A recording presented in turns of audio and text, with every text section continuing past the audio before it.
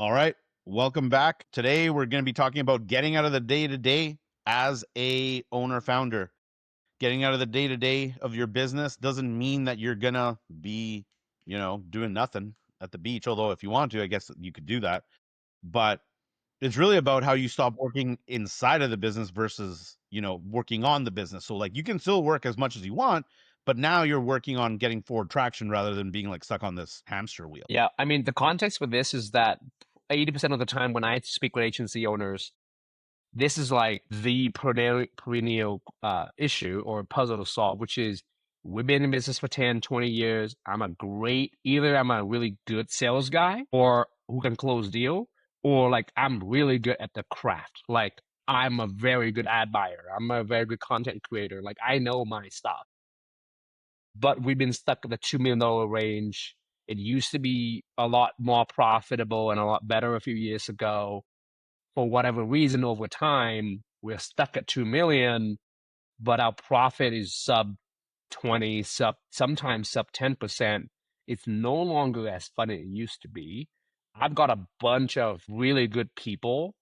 I just don't know how to like take it to the next level, take care of them, but also at the same time, like get myself out of the weeds because everything requires my involvement basically. Yeah, and it's like it's one of these things that makes total sense, right? Like once you hit like, like late 30s, early 40s, depending on when you open your agency, and I mean maybe like a little bit later if you started your agency a bit later in life, it's exhausting. Like I mean, running an agency seems like super glamorous, and the work is really cool. Like I mean, you get to work with interesting people and like all this other stuff. But like, man, is it grindy, right? It's just like the economy goes up and down, and like people come in Why and is out it of your so hard business. though? I feel like there's like 200 books written on the topic of, scaling up, built to sell, second in command, whatever you name it. Why is it that people are stuck at this, like, it's seemingly the $2 million range between like 10 to 20 people, and then like, it just like, you just stop. So the answer is actually like not what most people want to hear, which is I used to have like this business coach a number of years back, and he's like, and I was part of like this like Vistage group, right? So one day in my one-to-one with him, I was like, all of these companies, like they've scaled by accident. And like, and he looks at me, he's like, Nick, you haven't realized that yet? It's like, he's like, only like 5% of people scale due to skill. The rest of the businesses scale due to luck. And like that luck can manifest in different ways. They they looked for a second in command and like won the lottery. Like they won the lottery on that second in command, for example, right?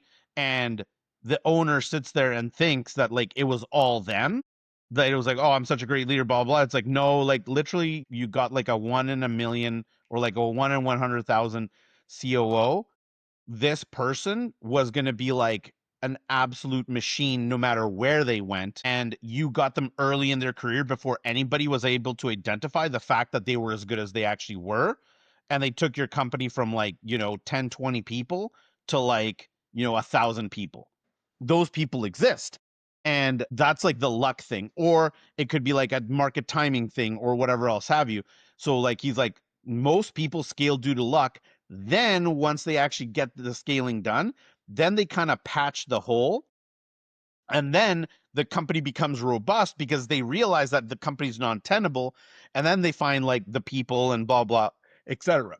He's like, only the minority of companies scale from like a method, like from like a highly like method driven place where it's like, here's the system, blah blah blah blah blah. Now what's the trade-off? It's like, well, if you go the systems route, you can still get lucky, you can still go to like the luck route, if you, that's what we want to call it. But the fact of the matter is that like the luck version you can't control, and the systems version you can control, but very few people figure out the systems path. Right. So to make it more real, and I'm gonna assume the role of this agency owner. I'm in my like late 40s, early 50s. I've got a really good CEO on my hand. This person was promoted internally, rock star, works hard, gets it, was a frontline person, and now have been promoted just because this person understands the culture and the work, but we're still stuck at sub 20%, right? What I want is I want to move outside of my day-to-day role. I don't want to be the last person to save everybody. My COO wants to like help me with this and want to build the culture, want to like motivate the team, want to help them, level up, if you will. What am I missing? And then what are the three things that I need to do? So really, like what it comes down to is that people have to replace themselves in a very specific order. And if you don't get the order right, you can never actually get like out of the day to day. And I think that what generally owners try to do is that they try to like offload absolutely everything at once, or they try to offload the things that they're like necessarily like not good at first, like naturally, but that might not coincide with the order that you're supposed to get out of things with. Okay. And so if you're listening to this, like if you don't have the video version of this in front of you, there might be like a PDF or something like as a part of this as an attachment. But I have this thing pulled up, which is basically like the replacement ladder. Like this is how you replace yourself, okay? And it begins with admin, so replacing all the administrative tasks that you do, then delivery of your product or service, then marketing, like your own corporate marketing, then sales, and then finally leadership. Okay. So if you replace all five of these things, you can get out fully from the day to day work. I will add that a lot of the times founders replace the wrong things at the wrong time. So like very often I would hear, oh, hey, I'm hiring a salesperson. We're a team of like, we're doing like 60K a month and I need to hire sales reps. And it's like the third or fourth thing down the list that you replace. Um, and like it's just a wrong order. You should And eventually this is get there, but it's one exactly of the why though. last things Like to do. it's because people are like, I don't like this, so I'm gonna replace this first. It's like just because you don't like it doesn't mean you're not good at it. Yeah, even if you think you suck at selling or you hate selling, you are going to be the best seller for the whole company. Period. For a Does not while. matter. What I'm trying to say is founders would be like, "Hey, I'm too busy. I'm working too hard. I need a COO who's going to like actually fix all of these things for me." And I think it's not one or the other. You need It is both. both. It is both. Yeah, like I mean, the thing is like, look, the COO or like a second in command will make this easier for you. Like I'm not gonna sit here and tell you otherwise. But these people are not like, made of miracles either, right? So whether or not you have this individual, you still need to like follow the replacement ladder of admin, delivery, marketing, sales, and leadership. Okay. So like I'm gonna break this down. Okay. Ultimately, admin is all administrative. So like you shouldn't be like, doing your books. Like you should be reviewing your books, but you shouldn't be doing them. Like payroll, like any administrative tasks, like even like your calendar, like all these things like should go to like an assistant or somebody that can help you take care of all your administration day to day. Okay. um Number two, then you move into delivery. Okay. And delivery, like to break it down, because delivery in an agency is a bit more complex, there's three key elements to delivery. First, you have to replace doing the bulk of the client work. So like you're not doing the bulk of the client work. Okay. That's number one. Then you have to replace client management, meaning like you are no longer doing the day-to-day client management. Okay. And then number three, you need to get out of like the quality assurance of client and strategy of client. Okay. Because like you can't just be like, oh, well, I'm going to get rid of all delivery all at once. It's like, well, no, in an agency, that's like many things. And that's like a big topic. So client work goes first, meaning like the actual getting of the work done. You find people that you can delegate the work to, you teach them how to do it. That's the first thing to go. Client management is like the second thing to go. By the way, I'm ignoring like the top, maybe like say like 2 to 3 clients where you need to still have like maybe monthly or quarterly touch bases with them outside of the actual structured meetings. And then lastly is like that quality assurance and strategy. Then once like you've done all of these three things, you've gotten out of the delivery part. Okay. After that, you need to get into the marketing, right? And like this is self-evident. It's like, hey, like if you have like a founder-led brand, this is a bit different. This means that like other people are writing your scripts. Other people are managing your socials, like other people like are in your DMs with people, blah blah blah, like all of these things. Okay, you're still appearing on the videos and whatever else have you, and maybe you have to write a couple things if like they're like opinion pieces, but everything else is being done for you within the marketing. Then lastly, it's before leadership is sales. So you need like to actually replace yourself out of the sales function, which by the way is incredibly difficult. When founders get out of the sales function, close rate goes down every single time. So your close rate better be really high. And I'm talking like 40, high 40s, maybe even like mid 50s high, because I want you to know that when you find somebody else, even if they're amazing, even if you're paying them a lot of money, their close rate doing the exact same thing that you're doing, exact same process, everything, it's going to go from like 50 down to 30 if you're lucky. There's like a huge Right. backslide here. Right. Yep. And lastly, like a lot of people, like, they don't want to replace themselves from leadership. A lot of people just kind of want to stay there because frankly, like if you've replaced yourself from admin and delivery and your corporate marketing and your corporate sales, if you're only doing leadership, like this might be like 5 or 10 hours of work. And most of this work is scalable because you're now working through other managers and leaders, right? So, like at this point, you are purely working on the business at like a very, very high level. And if you can replace yourself from a leadership perspective with that second in command, they take over the leadership duties. You finally get out of the business, and now you're a pure owner, right? Why is it that agencies have the CEO and the COO and they're still stuck at sub 20% and the founders are still working 60 hours a week? Because we spoke with like 6 agency this week with like very competent COO, director of ops. Why is it that it's not happening? I think that like ultimately it's because they don't have the underlying systems required to make that happen. Like although like look, I just walked you through the replacement ladder. The problem with a replacement ladder is that like it sounds really easy to do, but it's like there's many steps inside of it. Like even when we talk about like, how do you hand off the client side of the equation? I mean, there's three sub steps to it. First of all, if we're not making other people like accountable for these things, we're going to run ourselves into problems. So like generally what happens is that when people try to get out of say like client delivery as a whole, all of a sudden churn goes up. So like their client retention gets bad really quickly and clients start to leave and like all these other things. It's like, well, why? It's like, well, because the owner has ultimate accountability of client retention. Like they want to retain clients because they know that that's the key to victory. But have we made it the key to victory of other people's roles when we hand that off? For example, right? So like if we hand off client relationships, who are we handing them off to? And do they understand what their objectives are and what the metrics are that they're going to be judged as success for that objective? So like for example, like when we hand off client relationships to like an account manager or like a digital strategist or like there's like any number of names to call the person that's basically the client account manager, right?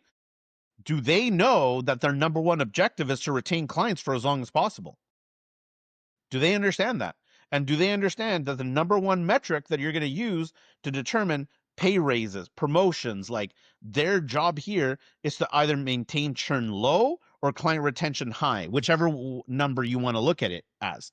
Do they understand that? And have they been given those dashboards so that they can see what their churn is? They can see like the net promoter score that their clients are giving them so that they can like pay special attention to the clients that aren't as happy. Are they being given the tools that they need to actually like succeed at the objective? And I think, and Yeah. often when what I see is that the owner makes their exit from these functions, because it's so obvious to them that like retention is the name of the game to win, like, oh, losing clients is bad, we need to retain clients. It's so obvious to them that they never say the obvious thing, right? Because it's so entrenched in like their belief of like how to succeed that they never stop and say, hey, by the way, the number one objective is to retain the client. Well, it's like of course it is. It's like, okay, is that in that person's job description? Do they have a dashboard where they can look at these things? Do they have like a KPI, like a key performance indicator that predicts whether or not a client's going to leave us or not. Do they have the tools? And you might say, well, like, I didn't need it. It's like, yeah, but you're the owner. That's why you don't need it. It's like you've been working in this business 5 or 10 years, and your alignment to the things that matter is 100%, because guess who keeps the upside? You, the owner. We need to align the employees of the organization to the objectives and success metrics that actually drive success. And until we do that, we have no hope in handing some of these things off. So I guess, like, there's a really long way to say that the reason that people can't get out of the day to day is because even when they do, things go wrong, they jump back in. And it's because the systems haven't been left behind to enable success in the absence of, like, the owner actually operating within that section of the business. Yeah. So great answer. I think that for me to add to that, there's two scenarios with a COO that I've seen in all of these conversations that we've had. One is someone who is very capable on the skill technical side of things, but they never built the actual structure around the even the graph that you showed, right? So like even the replacement ladder, that is for the CEO to do, to Like, grow what's up the the sub detail? Because they don't know what the second in command slash CO doesn't know the sub detail of, like, the breakdown of it. And it is so somewhat up to the owner to, like, look, the COO can try to, like, reverse engineer it, but it's sort of like it would take, like, a very intuitive person to do it. Like, and I'm telling you now that, like, if you're paying your COO like less than 200K a year, I don't know if they're gonna figure this out, because, like, well, so you're that's not. exactly my point. There's two And sorry, scenarios here.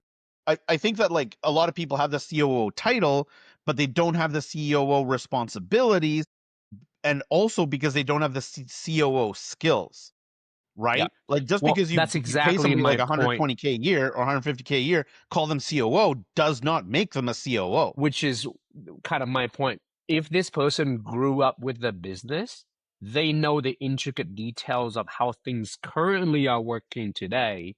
And because they're so close to the daily work as they had to be to get to where they are today, they cannot, and it's not their fault, they cannot see the forest for the tree. And because they're so close to the day to day, like it's not up to them to design this structure and systems. We've talked about this before. They can Agencies help is two fill it in. things: They can help fill it in people with and details. systems, right?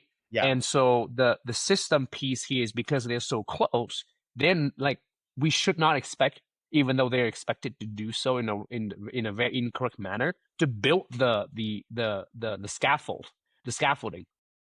Whereas the other scenario is you bring somebody who is supposedly a great operational director somewhere else who knows nothing about agencies, but they are great operationally.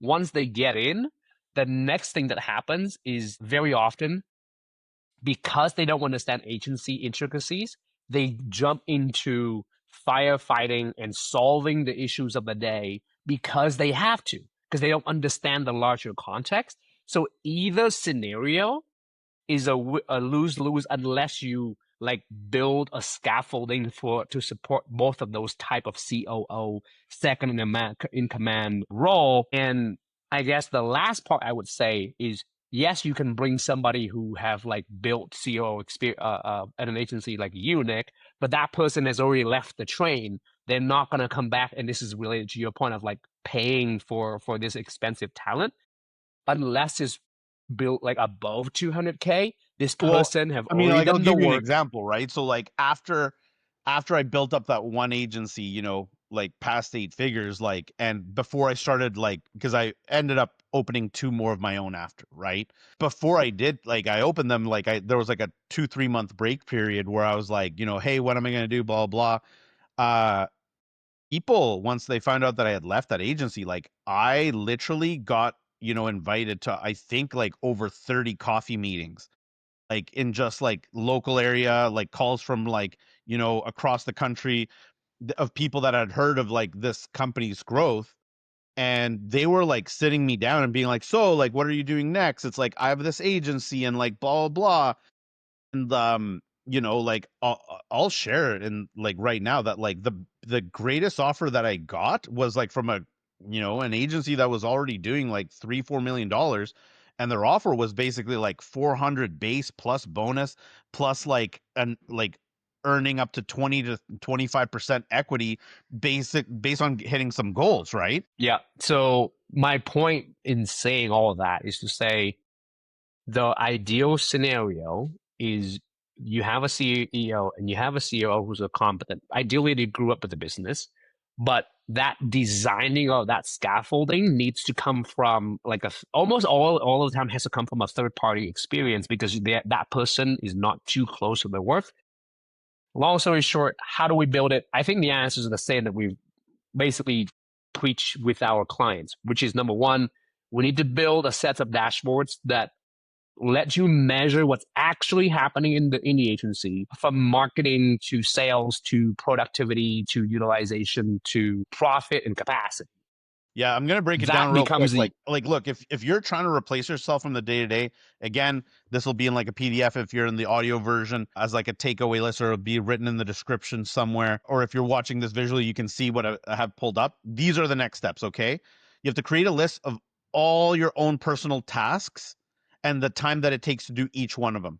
Okay, and once you do that as the owner, you're gonna start recording yourself doing these tasks and talking out loud. So you're basically going to create videos, and those videos you're going to send over to whoever is supposed to do the work, and they're going to write an SOP based off the video you sent them. And if they have questions, they're going to ask you the questions. And once they write the SOP, they're going to shoot their own version of the video that is much shorter than yours because yours might be a little bit long, and you're going to QA it. And once that's done, you're not going to do those things anymore. Okay? So like, easy to say, hard to do. That's what you're doing. Number two, objective metrics and KPIs by role. Okay, like there's going to be a lead magnet here somewhere in the description. Number three, set up dashboards to hold people accountable. Again, links in the description. There's going to be a free giveaway that you can see there, like where you can download my master dashboard. Number four, sign those SOPs and then create a RACI by department and by product. So if you don't know what a RACI is, I'm not going to explain it here because it's going to take entirely too long. Google it or ChatGPT it, what a RACI is, and make that by department. Lastly, you need to agree on a management methodology for middle managers. And by agree, I mean you need to create one. Okay, these are the 5 core steps to get out of the day-to-day of your business in a way that's sustainable, where once you parachute out, the results don't go down and then you have to jump back in. Because like, look, I know every single owner that's tried to like get out of the day-to-day, they've tried. It's not like they haven't tried. It's that they tried and then results immediately got worse, retention got worse, like revenue went down, like profit went down, and like they had to jump back in. They were forced to jump back in. These 5 things are why you had to jump back in, because these 5 things are missing. Okay, quick yeah. summary: create lists of your own personal tasks, shoot video, objective metric KPI by role, the dashboards that your team needs to understand how well they're doing, assign all the SOPs that you've created, like these videos, and a RACI by department, and then agree on a management methodology / create a management methodology that everybody runs off of. Okay, like this is how you do change management, performance management, delegation, how to hold employees accountable, like all of the above. Okay, you do this, you are on your way to being able to replace yourself out of the day to day. Yeah, this seems like a lot of time, man. Tell me It's a why this lot. is matter. And what I'm saying here is like, yes, you're already too busy, but every hour that you put into this, buy me back how many hours? Yeah, like I mean, the thing is that if you do this right, it's like, yes, this is a time investment from you. However, what we're talking about is like infinity like return, right? Because for example, like if you're doing a task that takes you an hour, or like some sort of work that takes you an hour a day, if you do this, you're going to save an hour a day. So even if it takes you 5 hours to standardize this process to make sure that somebody can do it inside and backwards, like great, you're going to get ROI on this on like inside of like a week. At a month, you're already saving 15 hours, so on and so forth. So Yeah. look, trust me, because I've done this. Okay, like I have done this myself. I've been through the entire process multiple times. The first 2 or 3 are painful because you're so buried. But once you like let go of like enough items that you're saving like 3 to 5 hours a week, all you need to do is reinvest that time back into making more of these. Okay. And you Yeah. might say, well, I'm already working like 50, 60 or more hours per week. It's like, well, it's like it's gonna basically you're gonna work the same for maybe the next like few weeks, but then it's gonna start decreasing, because as long as you're reinvesting the time savings into creating more standard operating procedures and letting go of more of these things progressively, you're going to save more and more time. And like, look, I've done this. I've gone from working 68 hours a week. Now I work in the business less than like 3 to 5 hours a week. Why? I followed this process. Yeah. The last thing here when we wrap up is, as we had this conversation with his owner, this stood out to me, right? In order for you to truly step into the CEO box and remove yourself from the box of the day to day, you need to move your people into their boxes, and they are not going to be able to stay in that boxes and fix and do their own thing in their own little box unless you build the box for them first. And the reason why you keep having to go back into these boxes is because the boxes are not built. You give away a task and you expect it to be done on their own accord without giving the guardrails. It's kind of like the house is built, but it's missing a wall. And no matter what you have to do, and as soon as you start to step away, like you keep having to come back and try to like put more heat into the house. But it's literally because it's missing like a fundamental pieces. So I say all that to say, for you to completely be out of the box, you actually have to build the boxes for your people to stay in there and be self-sufficient. And that's the exercise that we're Yeah, going over because here. everybody's getting dragged down one layer. That's exactly what it is. So, like, the managers are helping the employees do their job, the directors are helping the managers do their job, and the owners helping the directors do their job. So everybody's like basically getting dragged down one peg, right? Like they're getting dragged down one layer. What we need to do is build people from the bottom up. And step one is defining what that looks like. And so the objective metric KPI, the dashboards, the SOPs, the RACI, like all the management methodology, all of these things are for different things. Like SOP and RACI is to define that frontline layer, right? The dashboards and like the objective metric KPI are all about how we hold them accountable and middle management accountable, right? And the management methodology is about middle management and leadership, so that we understand when we have successfully done our job as managers and leaders, right? So you're basically creating the boxes by layer, thereby being able to like get people to be self-sufficient. Then you can step into the ownership role, because now they're self-sufficient and delivering what they're supposed to be delivering all along. And then you tie it all with your dashboard so you can see the temperature of each room and you know that there's no Well, you can leakage, fix the or if problems there is before any they become leakage. problems, because the Right. dashboards will detect the problems before they become massive. So you can fix them when they're small and easy to fix, and they don't affect your bottom line. Great. That's a great way to wrap it up. So what's the number one thing that we can take away from this? What's some homework slash If actions to if do? you're killing yourself working, the number one thing you need to do right now is create that list of your own personal tasks and how much time each one of them are. Start writing, like shooting those videos of you doing those tasks and handing them off to other people to create the initial time savings. Number one. And then number two, objective metric KPI per role. What is the objective? What is the metric? And what's the KPI for each and every single role?